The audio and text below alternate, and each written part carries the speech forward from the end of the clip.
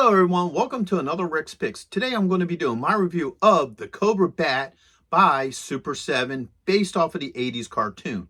So what I'm going to do is I'm going to take a look at him in box, then I'm going to take a look at him as accessories, and then I'm going to give you my thoughts on him. And just a reminder that I'm also doing a review on Cobra Commander, Duke, and Snake Eyes from the same line. So go ahead and check those videos out too. So without any further ado, let's get to the review.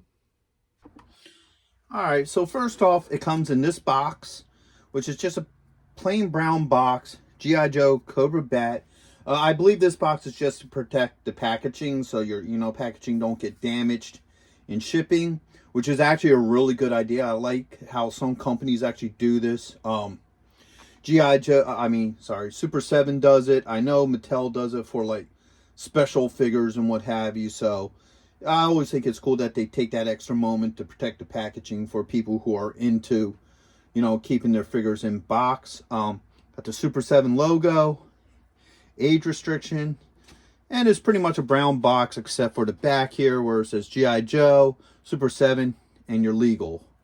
So that's pretty much that one. Now let's get to the cool packaging.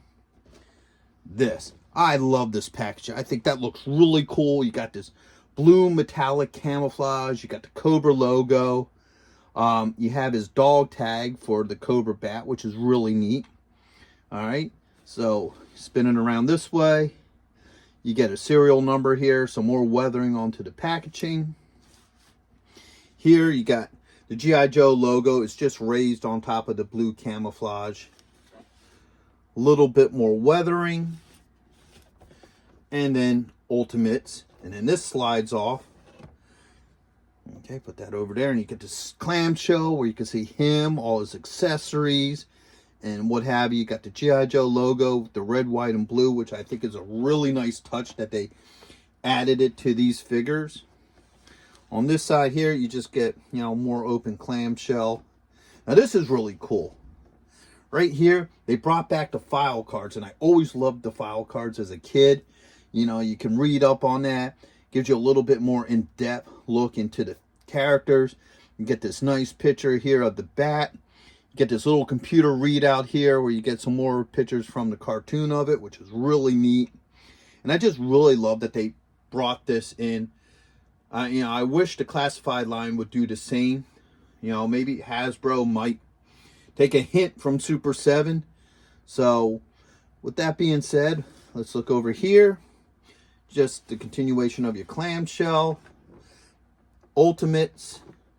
You got the G.I. Joe logo, the Super 7 logo, and your legal. So with all that being said, let's open him up and see what he's about.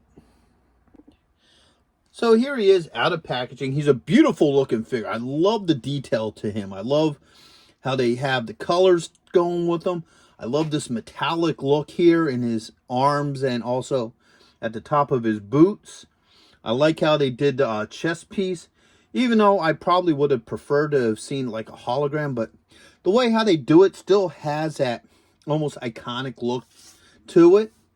So let's give him the rotation. Now I think they put a lot of really good work into him. He's a really good looking figure. All right. Let's go through his points of articulation. So he has a swivel ball joint here at the head. Okay. Got a shoulder joint, a bicep joint, an elbow joint. You have a swivel here at the wrist and a joint here as well, which is really nice. All right. You got a swivel here right above the belt line. Okay. You have a thigh joint, a knee joint, a swivel at the top of the boot. Okay. And you also have an ankle joint. So he does have some pretty good points of articulation. Makes him very posable, which is really nice. And he comes with a buttload of accessories. So he comes with a severed hand, which you have all these cool wires and stuff sticking out of it. So I think that's pretty cool. All right. You have a couple hands. So you have a trigger hand here. Another trigger hand. All right. You have a closed fist hand. All right. Another closed fist. And once again, just to reiterate, I love the metallic look to these. You know, they give it that really nice semi-gloss metallic look to it that just gives it a nice sense of character. It really gives it a nice sense of pop. So here you got, and I was never sure what exactly this is. I guess it's like a laser arm or something. So you have that one.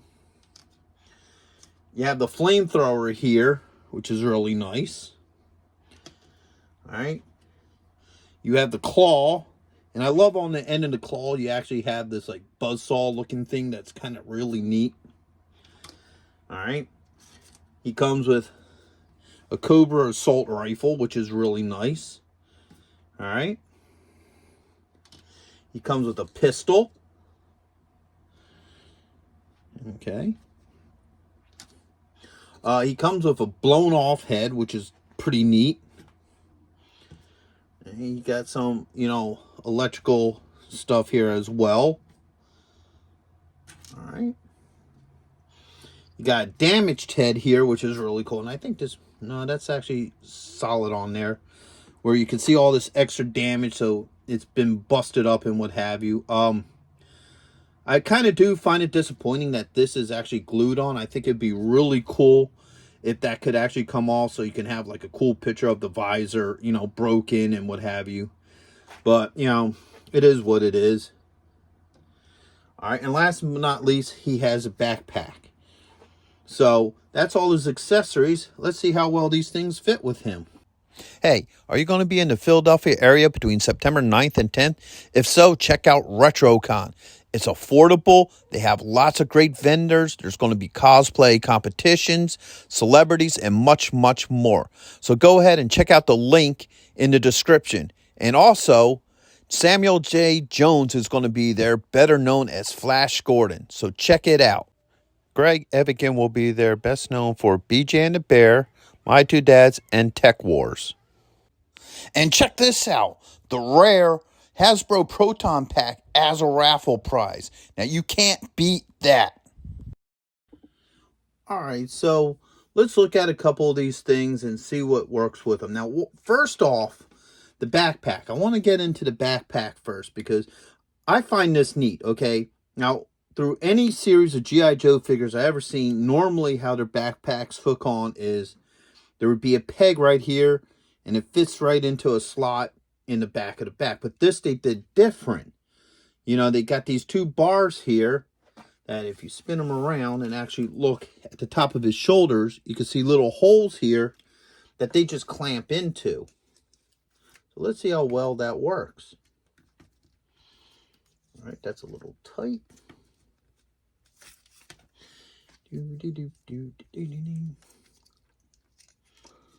All right.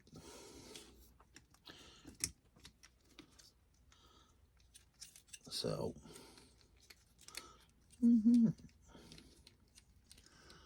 all right. So this is posing to be a little bit of an issue. It feels like it's a little short, like not wide enough. Ah, there it goes. Okay, so it takes a little bit of working. Well, once you work it on there, actually, that don't sit very flush. But it is on there. It seems to be pretty solid, you know. All right. But that's a neat thing that they actually tried to do with him, was that they actually tried to do something a little bit different. So if you want to display him without a pack on, you don't have to worry about a hole in his back. So I think that's kind of cool. All right. And there's a slot, 3 slots here. So you can put his accessories in here as well. Let's see how well they fit. That's really tight. Okay. You got to work it a little bit. Just be careful. You don't want to damage anything. Well, you definitely got to apply a little bit of pressure to get those in those holes. Well, we're going to pop this off here.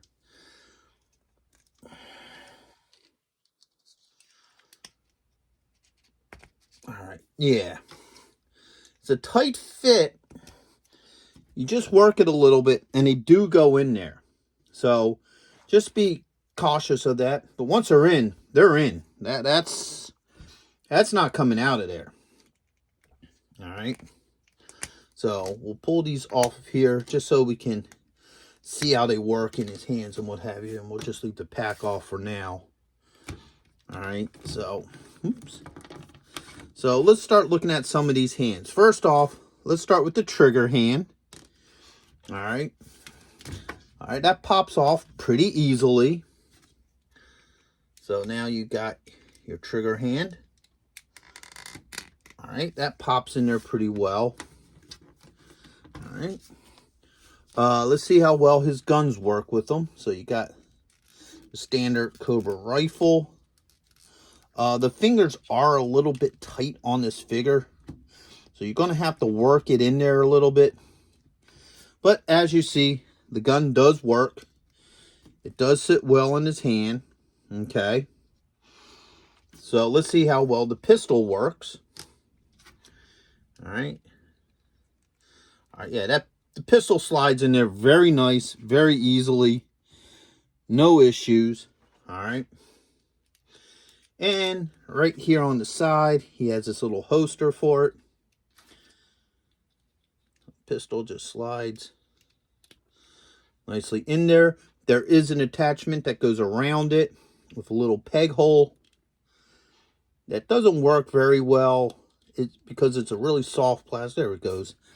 All right, so the pistol fits really nicely in there. All right, let's get him back onto the stand. All right. Let's go through his accessory hands. So let's do the claw first. All right. Easy. No issues. Claw fits right in. All right. The flamethrower. Once again, easy. No issues. Fits right in. So I'm going to assume this little laser thing here probably does the same. Yep. So, okay, so all of the weapons fit very well on them. Now, let's look at the head attachments. So, let's put this arm down. See how well the head comes off. Oops. So, that's... All right. So, let's start with this first. All right, that pops in real nice. No issues. You know, definitely looks like the head was blown off. All right. Now this one, okay, there's going to be an issue with this one right here. I'm going to tell you right now, and that's getting it out of there. All right. This is so small that, wow, that's going to be a problem getting out of there. All right. So here's an issue with this figure. All right. This is the exploding head. All right. That blown off. Now, I had to take an extra minute to pop it off, and when I did, this thing here came off. Now, luckily, it's something that can be just glued back in, okay? So all I got to do is take some glue and just glue that back in there, but that's a little bit of an issue because of the factor that it's just hard to get out of there. I think they should have gave this a little bit more meat, you know, up top. Something that you could really grip and hold this. So if you're going to use this exploded head, make sure that you're going to have it in there for a while because of the fact that it's kind of a pain to get out of there. And like I said, unfortunately, I popped the sparks off when I did it. And like I said, that could just be glued back in. That's not an issue. But if that's going to pop off every time you try to pull that thing out of there because it's in there tight and there's nowhere really to grip it, you know, when you actually decide that you want it out of there. So let's see how well this head works with it now. See, it just pops in. And when it pops in, that's kind of cool. You got the explosion. Like I said, I wish this would just come off. You know, I mean, it looks cool, but I think it also would look a lot better if you could take this, you know, spark stuff off and then you could actually see the damaged head. Now, to go with that, this belt moves aside and there's a little knob here. You take that knob off and the shield comes off and then you got this thing.